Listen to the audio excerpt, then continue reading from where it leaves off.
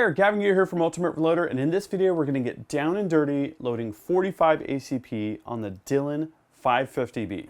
Now this 550B is set up quite well. It's got the Ultra Mount from Inline Fabrication, it's got the Ultra Mount quick change system, I've got the plate that the press is mounted on. I can switch presses in no time. You can see here I have another powder measure for single stage loading. I'm just going to swing that out of the way. It's not even going to get in the way here.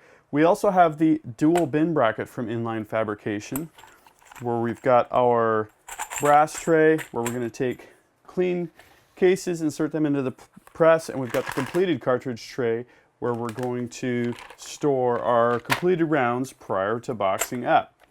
So that's the setup. This is working really well. I've also got a little bit of a customization over here on the quick change plate.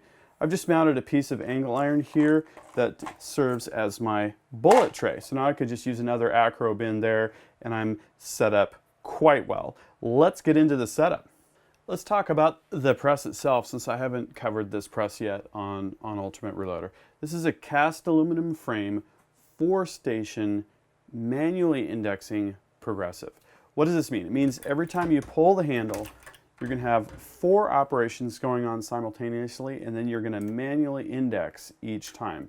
Super important that you manually index, otherwise you could risk a double charge. It's got a priming system that employs a sliding bar and a primer drop tube. So you can fill 100 primers. It's going to pick up a primer at the back of each stroke. You can see the primer right there. The cup goes in, you can see it right there, and it primes the case in station number 1. So station number 1 is going to size and deprime. I've got a Lee pistol die here for 45 ACP sizer deprimer. Then you're going to advance it to station number 2. We've got a case activated powder measure here that also features an integral expansion station. So it's going to charge through and expand at the same time. So you have to set the depth of the powder measure to adjust the flare accordingly. Of note, you're going to need that part of the Dillon caliber changeover kit, which is also going to come with your brass buttons and your shell plate. Station number 3 for pistol, you're traditionally going to seat, and then in station number 4, you're going to crimp and then eject into the completed cartridge bin. So this press is very simple. One of the nice things about it is it's got a small diameter shell plate, which means less off-axis action when you're sizing, less shell plate tilt, which can hypothetically mean a little bit more consistency when you're running up the press and running it down with respect to how you're sizing and how you're seating bullets, that kind of thing. So looking from a slightly different angle, you can see here how the powder measure works. It's a sliding bar. There's a size of bar for pistol. There's a larger size for rifle. Dillon setups are ideal when you have at least a dedicated powder measure for pistol and a dedicated powder measure for a rifle. But really, the ideal setup, since they're a little bit difficult to set up, is to have a dedicated powder measure on each tool head. Now say we want to change cartridges that we're loading. We can pop this little keeper down here, a little bushing. This powder return rod has a clip here. Again, Dillon may have updated this. This is an older press. We've got the primer return rod off. We lift our tool head pins here. Now the entire tool head slides out, dies, powder measure, and all. We can put that on a bench mounted tray here that has a spot for our shell plate and our brass buttons. If we have a different case rim we're dealing with, we can switch out the brass buttons and the shell plate. If we have a different primer size, we're going to need to swap out the bar, the drop tube, that sort of thing. We're going to put our pins back in.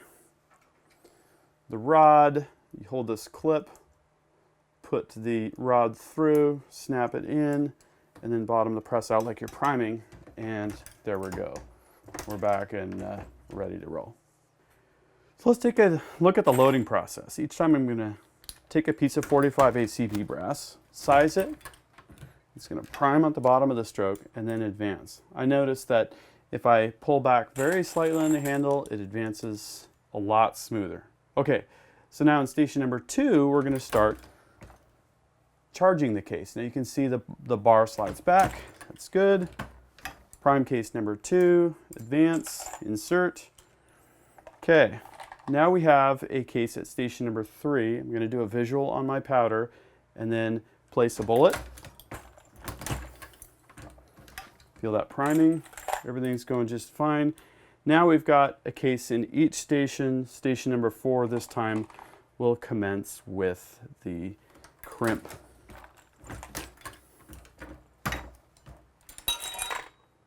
Not the smoothest priming press that I've used. I don't know if it's because mine is old. I just find that I have to, like a lot of other presses, have a little bit of a feel to it. And the process repeats. You can hear it chunk just a little bit. Another peculiarity of this press is it's distinctively a two-handed affair, because you've got insertion of brass on the one side and bullets on the other.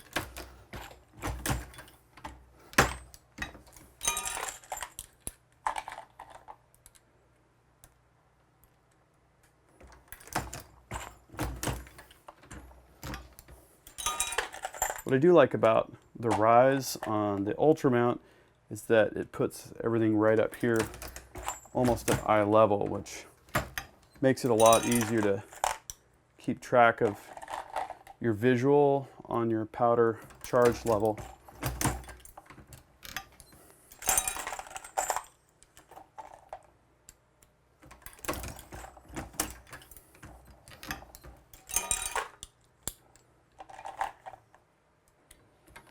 And when we're ready, we will run the press down.